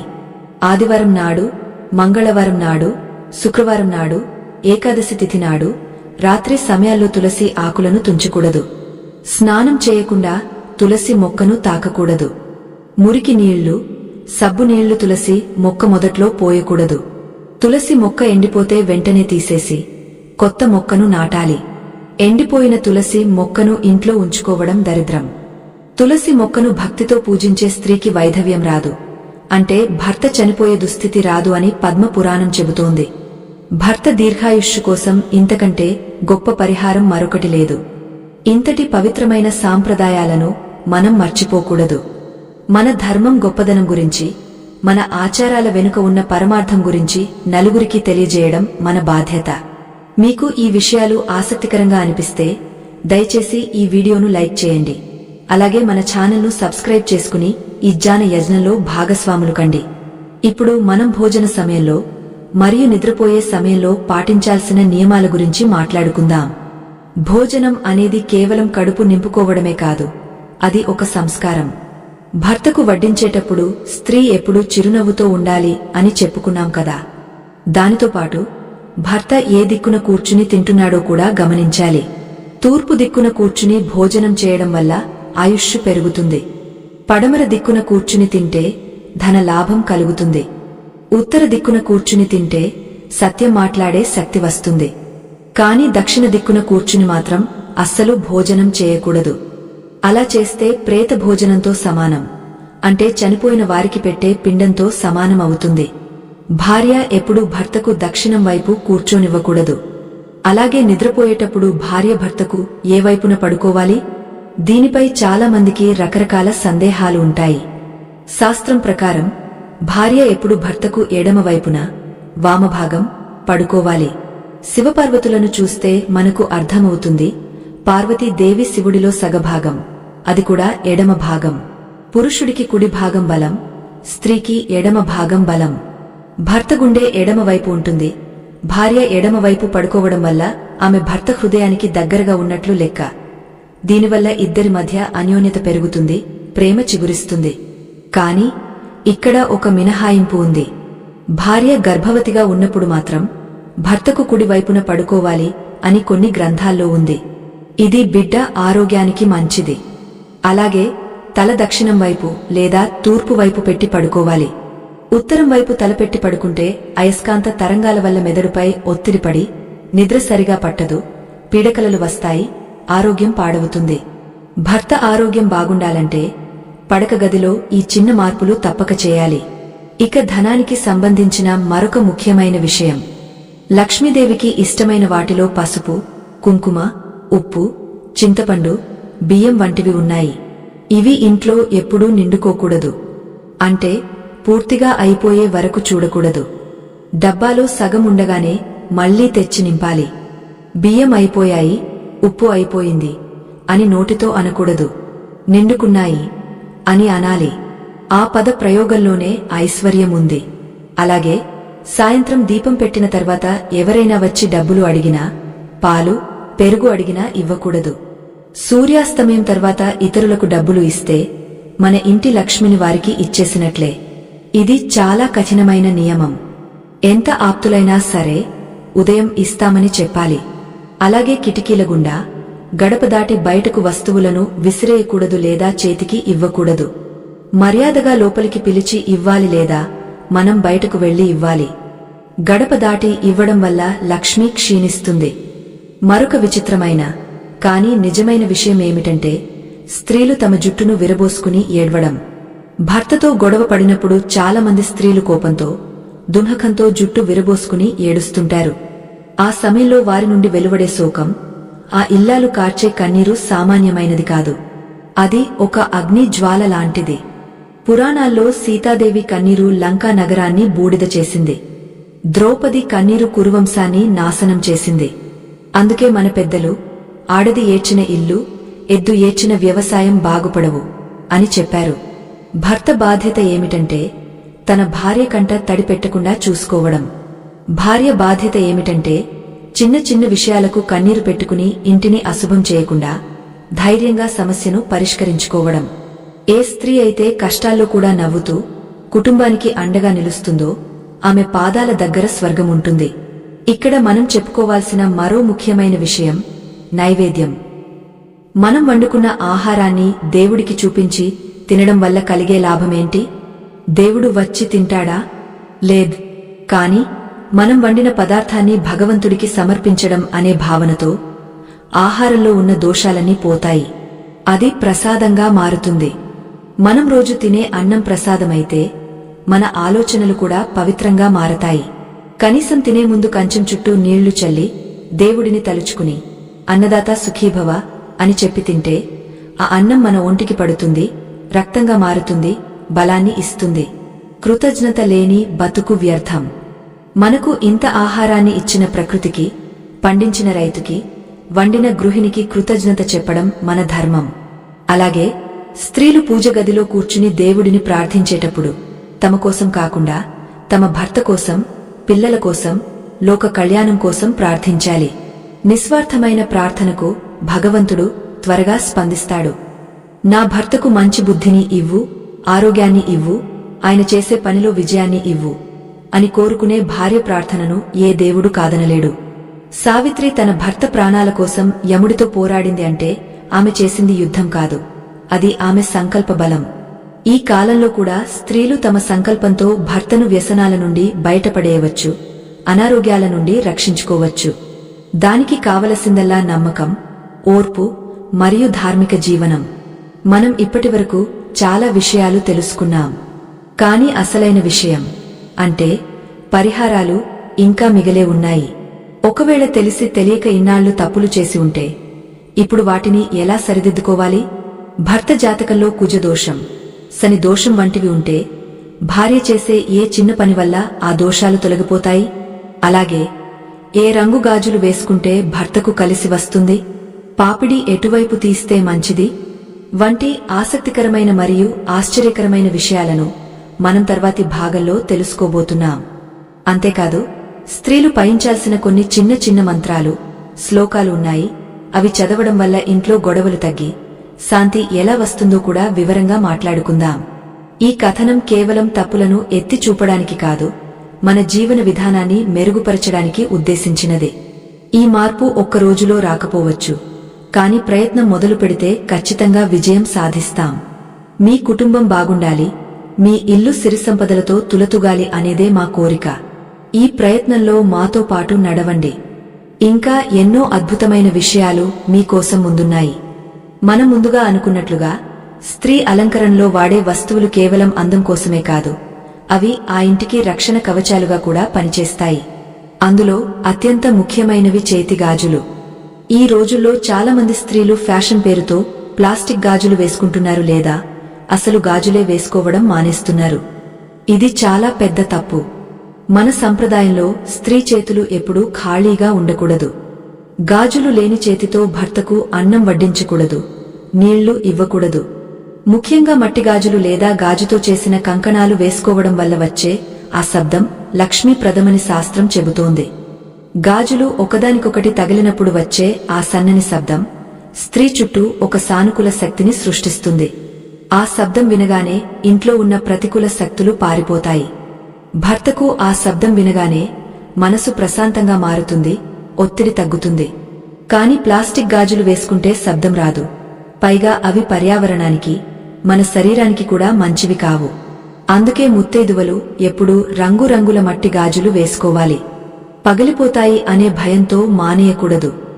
గాజు పగిలితే అరిష్టమని భయపడతారు, కాని పాతవి పోయి కొత్తవి వస్తున్నాయనే సానుకూల దృక్పథంతో ఉండాలి తప్ప భయపడకూడదు. అలాగే కాళ్లకు వెండి పట్టీలు పెట్టుకోవడం వెనుక కూడా ఒక బలమైన కారణముంది. బంగారం లక్ష్మీ స్వరూపం కాబట్టి దాన్ని నడుము కింద భాగంలో ధరించకూడదు అని మనకు తెలుసు. కాని వెండి పట్టీలు ఎందుకు ధరించాలంటే వెండికి భూమి నుండి శక్తిని గ్రహించే గుణముంది. స్త్రీలు నడుస్తున్నప్పుడు ఆ వెండి పట్టీలు భూమికి తగులుతూ భూమాత నుండి వచ్చే శక్తిని స్త్రీ శరీరంలోకి ప్రవహింపజేస్తాయి. దీనివల్ల స్త్రీకి నడుము నొప్పులు, కీళ్ల నొప్పులు రాకుండా ఉంటాయి. అంతేకాదు, పట్టీల నుండి వచ్చే ఘల్ ఘల్ అనే శబ్దం ఇంటిని సందడిగా, సంతోషంగా ఉంచుతుంది. నిశ్శబ్దంగా ఉన్న ఇల్లు ఎప్పుడూ మంచిది కాదు. స్త్రీ నడకలో ఆ శబ్దముంటే ఆ ఇల్లు కళకళలాడుతూ ఉంటుంది. ఆ శబ్దం విన్నప్పుడు దుష్టశక్తులు ఆ ఇంటి దరిదాపుల్లోకి రావు. కాని ఈ రోజుల్లో కొందరు ఒక కాలికి నల్ల దారం కట్టుకోవడం ఫ్యాషన్గా మార్చుకున్నారు. అది దిష్టి కోసం కట్టుకుంటే పర్లేదు, కాని వెండి పట్టీలు మానేసి కేవలం దారాలు కట్టుకోవడం మంచిది కాదు. కనీసం సన్నని పట్టీలైనా ధరించడం శుభప్రదం. ఇక ముఖాన ధరించే బొట్టు, పాపిటలో పెట్టే సింధూరం గురించి ఎంత చెప్పుకున్నా తక్కువే. రెండు కనుబొమ్మల మధ్య ఉన్న ప్రాంతాన్ని ఆజ్ఞా చక్రం అంటారు. అక్కడ బొట్టు పెట్టుకోవడం వల్ల ఆ చక్రం ఉత్తేజితం అవుతుంది, మనసు ఏకాగ్రతగా ఉంటుంది. ఈ రోజుల్లో చాలా మంది ప్లాస్టిక్ స్టిక్కర్ బొట్టులు వాడుతున్నారు. ఆ స్టిక్కర్ వెనుక ఉండే జిగురు చర్మానికి హాని చేయడమే కాకుండా అక్కడ శక్తి ప్రవాహాన్ని అడ్డుకుంటుంది. సాధ్యమైనంత వరకు కుంకుమ పెట్టుకోవడానికి ప్రయత్నించాలి. కుంకుమలో పసుపు, నిమ్మరసం ఉంటాయి. ఇవి క్రిమి సంహారిణిగా పనిచేస్తాయి మరియు నుదుటిని చల్లగా ఉంచుతాయి. దీనివల్ల స్త్రీకి కోపం రాదు, తలనొప్పి తగ్గుతుంది. ఇక పాపిటలో సింధూరం పెట్టుకోవడం అనేది భర్త ఆయుష్కు సంకేతం. పాపిటలో ఉన్న నరం నేరుగా మెదడులోని భావోద్వేగ కేంద్రాలకు అనుసంధానించబడి ఉంటుంది. అక్కడ కుంకుమ నొక్కి పెట్టడం వల్ల స్త్రీలలో లైంగిక వాంఛలు అదుపులో ఉంటాయని, మనసు నిలకడగా ఉంటుందని ఆయుర్వేదం చెబుతోంది. సింధూరం పెట్టుకొని స్త్రీని చూసి లక్ష్మీదేవి వెనుతిరుగుతుంది. కాబట్టి ఉదయం లేవగానే ముఖం కడుక్కుని నిండుగా బొట్టు పెట్టుకోవడం అలవాటు చేసుకోవాలి. ఈ అలంకరణ విషయాలు పక్కన పెడితే మనం ఇప్పుడు కొన్ని ముఖ్యమైన పరిహారాల గురించి మాట్లాడుకుందాం. భర్తకు తరచుగా అనారోగ్యం వస్తున్నా, వ్యాపారంలో నష్టాలు వస్తున్నా, ఇంట్లో నిరంతరం గొడవలు జరుగుతున్నా స్త్రీలు చేయాల్సిన ఒక చిన్న పని కల్లు ఉప్పు పరిహారం. సముద్రపు ఉప్పుకు లేదా రాతి ఉప్పుకు ప్రతికూల శక్తిని, అంటే నెగటివ్ ఎనర్జీని లాగేసుకునే గుణం ఉంటుంది. ప్రతి శుక్రవారం ఇల్లు తుడిచే నీటిలో కొంచెం కల్లు ఉప్పు, చిటికెడు పసుపు వేసి ఇల్లు తడవాలి. దీనివల్ల ఇంట్లో ఉన్న దృష్టి దోషాలు, నరఘోష అంతా పోతుంది. అలాగే ఒక గాజు గిన్నెలో లేదా మట్టి పాత్రలో కల్లు ఉప్పు పోసి బాత్రూంలో లేదా ఇంటి మూలలో ఉంచాలి. ఆ ఉప్పు గాలిలో ఉన్న తేమను, చెడును లాగేసుకుంటుంది. ప్రతివారం ఆ ఉప్పును మార్చి పాత ఉప్పును సింక్లో లేదా ఎవరూ తొక్కని చోట నీళ్లలో కరిగించి పారేయాలి. ఈ చిన్న పని క్రమం తప్పకుండా చేస్తే ఇంట్లో ప్రశాంతత నెలకొంటుంది, ఆర్థిక ఇబ్బందులు తొలగిపోతాయి. ఇది ఎంతోమంది ఆచరించి ఫలితాలు పొందిన నమ్మకమైన పరిష్కారం. అలాగే భర్త బయట నుండి ఇంటికి రాగానే భార్య చేయవలసిన పని ఏమిటంటే చిరునవ్వుతో ఎదురెళ్లి చేతికి మంచినీళ్లు ఇవ్వడం. ఇది చాలా సామాన్యంగా అనిపించవచ్చు, కాని దీని వెనుక పెద్ద రహస్యముంది. బయట ప్రపంచంలో ఉండే కాలుష్యం, ఒత్తిడి, రకరకాల మనుషుల దృష్టి ప్రభావం భర్త మీద ఉంటుంది. ఇంటికి రాగానే మంచినీళ్లు తాగడం వల్ల ఆ ప్రభావం సగం తగ్గిపోతుంది. నీటికి దోషాలను హరించే శక్తి ఉంది. రాగానే నీళ్లు ఇవ్వని భార్య భర్త పాలిట శత్రువు అని పెద్దలు ఊరకనే అనలేదు. భర్త ఇంటికి రాగానే ఫిర్యాదులు మొదలు పెట్టకుండా కాసేపు అతను సేదతీరేలా చూసుకోవాలి. అలాగే భర్త బయటకు వెళ్తున్నప్పుడు ఎక్కడికి వెళ్తున్నారు అని అడగకూడదు. వెళ్తున్న పనికి ఆటంకం కలుగుతుంది, జాగ్రత్తగా వెళ్ళిరండి అని చెప్పాలి. తుమ్మితే కాసేపు ఆగ వెళ్లమని చెప్పాలి లేదా నీళ్లు తాగ వెళ్లమనాలి. ఇవన్నీ శకునాలు. వీటిని నమ్మడం, నమ్మకపోవడం పక్కన పెడితే పాటిస్తే మంచి జరుగుతుందన్న నమ్మకం ముఖ్యం. మరొక అద్భుతమైన పరిహారం గోసేవ మరియు పక్షులకు ఆహారం. స్త్రీలు వంట చేసిన తర్వాత మొదటి ముద్ద అన్నాన్ని తీసి పక్కన పెట్టాలి. దీనిని కాకి ముద్ద అంటారు. పితృ దేవతల స్వరూపంగా భావించి కాకులకు అన్నం పెట్టడం వల్ల పితృదోషాలు తొలగి వంశాభివృద్ధి జరుగుతుంది. అలాగే వీలైతే వారానికి ఒకసారైనా ఆవుకు అరటిపండ్లు లేదా ఆకుకూరలు తినిపించాలి. ఆవులో సకల దేవతలు ఉంటారు. ఆవును పూజిస్తే 33 కోట్ల దేవతలను పూజించినట్లే. భర్తకు ఉద్యోగంలో సమస్యలు ఉంటే భార్య ఆవుకు బెల్లం తినిపిస్తే మంచి ఫలితం ఉంటుంది. ఇవన్నీ చేయడానికి పెద్దగా ఖర్చు అవ్వదు, కావాల్సిందల్లా శ్రద్ధ మాత్రమే.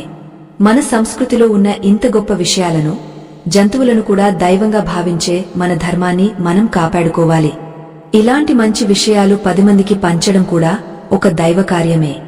మీకు ఈ విషయాలు నచ్చినట్లయితే దయచేసి వీడియోను లైక్ చేసి మీ స్నేహితులతో పంచుకోండి.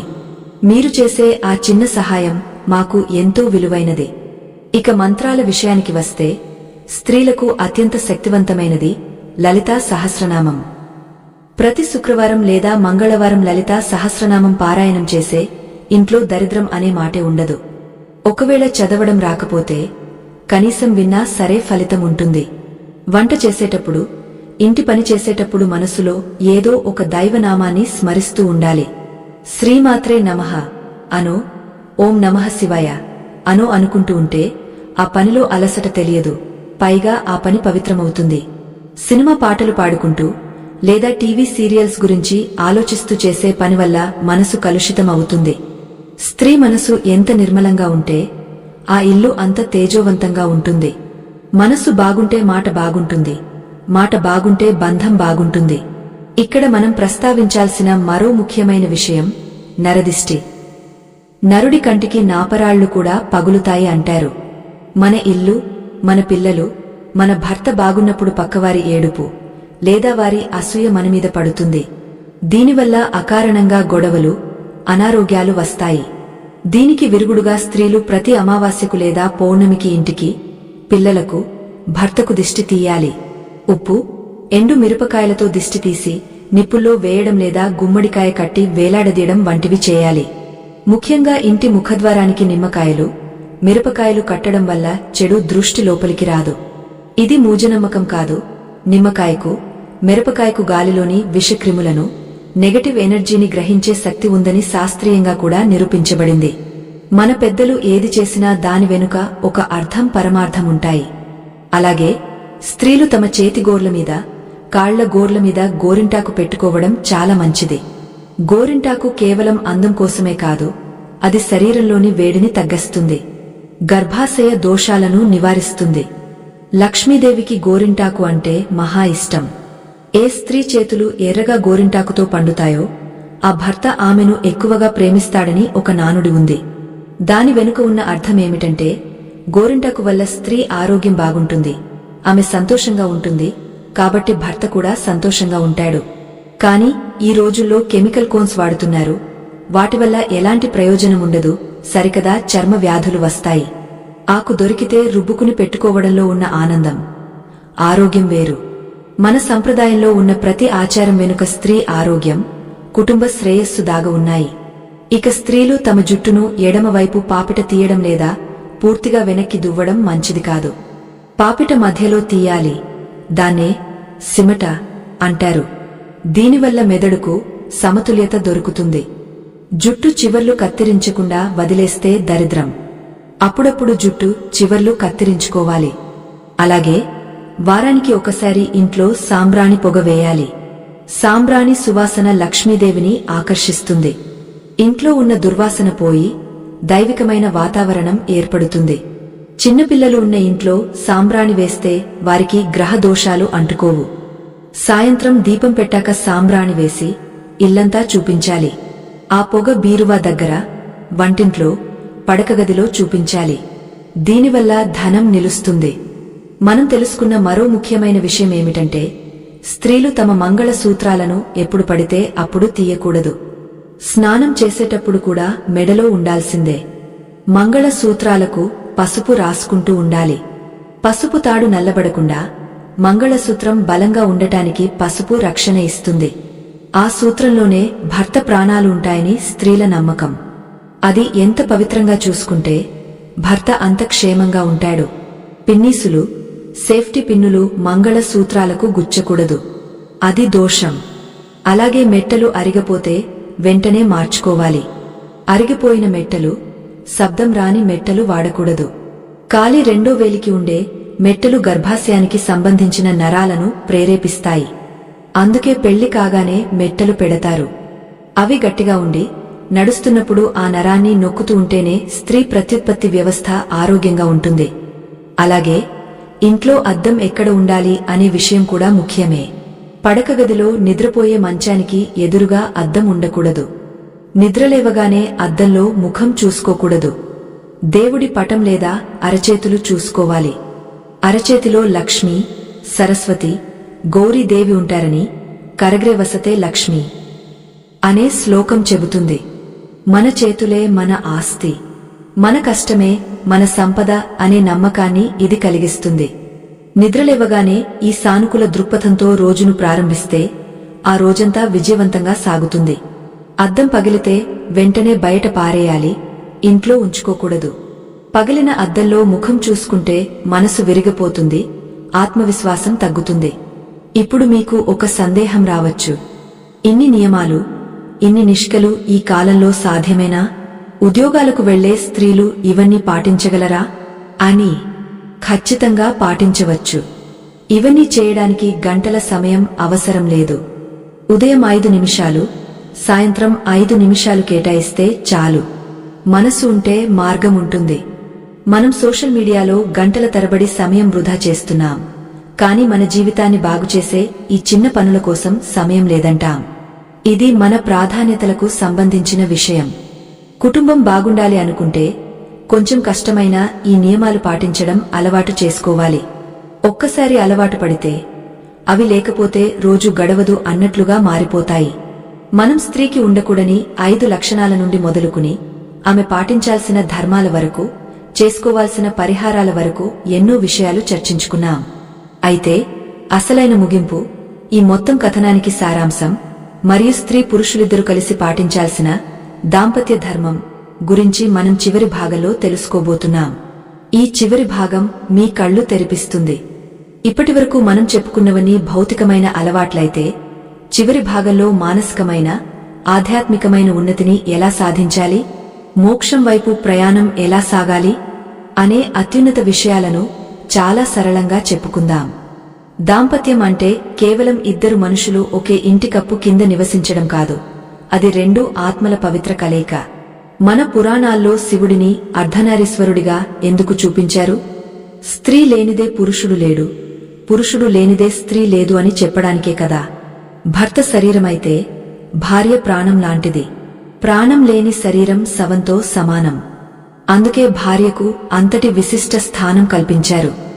ఏ ఇల్లాలైతే తన భర్తను దైవంగా భావిస్తుందో ఆ భర్తకు బయట ప్రపంచంలో తిరుగులేదని శాస్త్రం చెబుతోంది. ఇక్కడ భర్తను దైవంగా భావించడమంటే అతని కాళ్ల దగ్గర బానిసలా పడి ఉండటమని కాదు, అతనిపై గౌరవం కలిగి ఉండటం, అతని నిర్ణయాలకు విలువ ఇవ్వడం అని అర్థం చేసుకోవాలి. భర్త చేసే పనిలో భార్య సహకారముంటే ఆ పనిలో విజయం తథ్యం. భార్య ఇచ్చే చిన్న సలహా ఒక్కోసారి పెద్ద సమస్యను కూడా పరిష్కరిస్తుంది. అందుకే భార్యను గృహమంత్రి అంటారు. ఇంటిని, భర్త సంపాదనను, పిల్లల భవిష్యత్తును చక్కదిద్దే మంత్రి ఆమె. మనం ఇప్పటివరకు చెప్పుకున్న 5 లక్షణాలు, కఠినమైన మాటలు, అతి నిద్ర, అపరిశుభ్రత, దుబారా ఖర్చు, పెద్దల పట్ల అగౌరవం, ఇవన్నీ కేవలం అలవాట్లు మాత్రమే కాదు, ఇవి ఒక వ్యక్తిత్వానికి సంబంధించిన లోపాలు. ఈ లోపాలు ఉన్న స్త్రీ తనను తాను నాశనం చేసుకోవడమే కాకుండా తన కుటుంబాన్ని కూడా పతనం అంచులకు తీసుకువెళుతుంది. దరిద్రం అనేది బయట ఎక్కడో ఉండదు, మన ప్రవర్తనలోనే ఉంటుంది. లక్ష్మీదేవి రావడానికి ఎంత సమయం పడుతుందో తెలియదు కాని వెళ్లిపోవడానికి మాత్రం క్షణం చాలు. ఆ లక్ష్మిని నిలబెట్టుకోవడమే నిజమైన స్త్రీ నేర్పు. ఏ స్త్రీ ముఖంలో అయితే ఎప్పుడు ప్రశాంతత, చిరునవ్వు, తృప్తి ఉంటాయో ఆ ఇల్లు స్వర్గంతో సమానం. ఇక్కడ తృప్తి అనేది చాలా కీలకమైన పదం. భర్త తెచ్చిన దానితో సర్దుకుపోవడం, లేనిదానికోసం ఏడవకుండా ఉండటం ఒక గొప్ప వరం. దురాశ దున్హకానికి చేటు అన్నట్లు పక్కవారిని చూసి మనకు లేదని బాధపడే భార్య భర్తను మానసిక క్షోభకు గురిచేస్తుంది. ఆ క్షోభే దరిద్రానికి మూలం. మనం ఆధునిక యుగంలో ఉన్నాం, నిజమే, కాని మన మూలాలను మర్చిపోకూడదు. చెట్టు ఎంత ఎత్తుకు ఎదిగినా దాని వేళ్లు భూమిలో ఎంత బలంగా ఉంటాయో అంతకాలమే ఆ చెట్టు నిలబడుతుంది. అలాగే మనం ఎంత ఆధునికంగా మారామని అనుకున్నా మన ధర్మం, మన సంప్రదాయాలు అనే వేళ్లను తెంచుకుంటే మన కుటుంబ వ్యవస్థ కుప్పకూలిపోతుంది. ఈ రోజుల్లో విడాకులు పెరగడానికి, కుటుంబాలు విడిపోవడానికి ప్రధాన కారణం ఈ చిన్న చిన్న ధర్మాలను పాటించకపోవడమే. ఓర్పు నశించిపోవడం, సర్దుకుపోయే తత్వం లేకపోవడమే ఇన్ని అనర్థాలకు కారణం. ఈ వీడియోలో మనం చెప్పుకున్న విషయాలు స్త్రీలను కించపరచడానికి కాదు, మన భారతీయ కుటుంబ వ్యవస్థను కాపాడుకోవడానికి.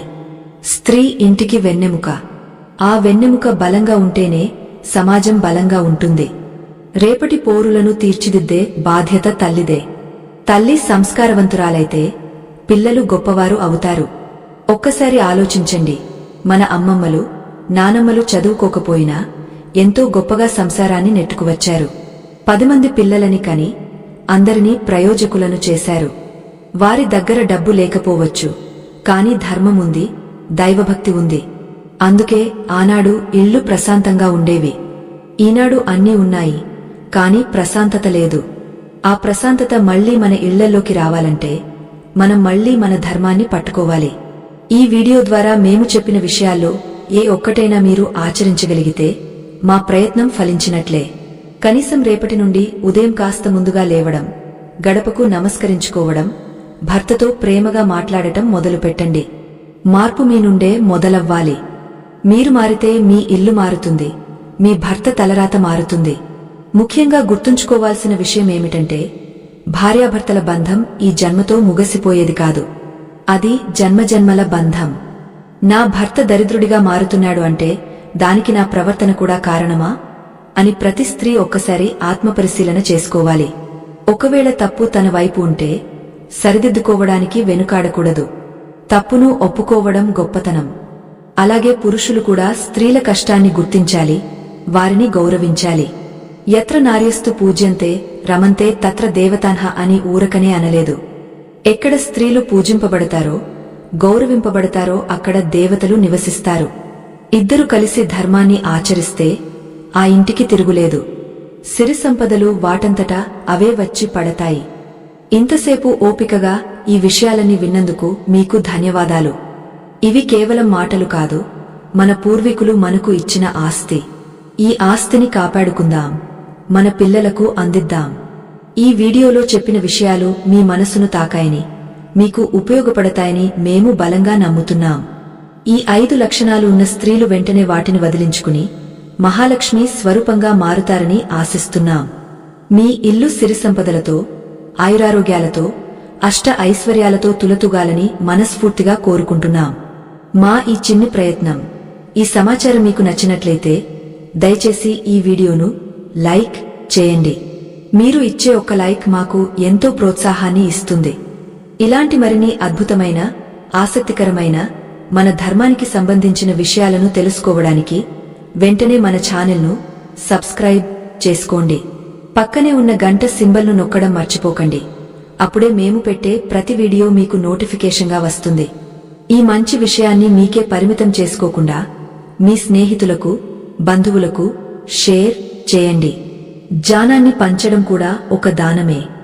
ఈ వీడియోపై మీ అభిప్రాయాన్ని లేదా మీకు తెలిసిన మరిన్ని విషయాలను కింద కామెంట్ రూపంలో తెలియజేయండి. జై శ్రీమన్నారాయణ అనో, ఓం నమః శివాయ అనో కామెంట్ చేసి దైవనామ స్మరణ చేయండి. సర్వే జనా సుఖినో భవంతు. స్వస్తి.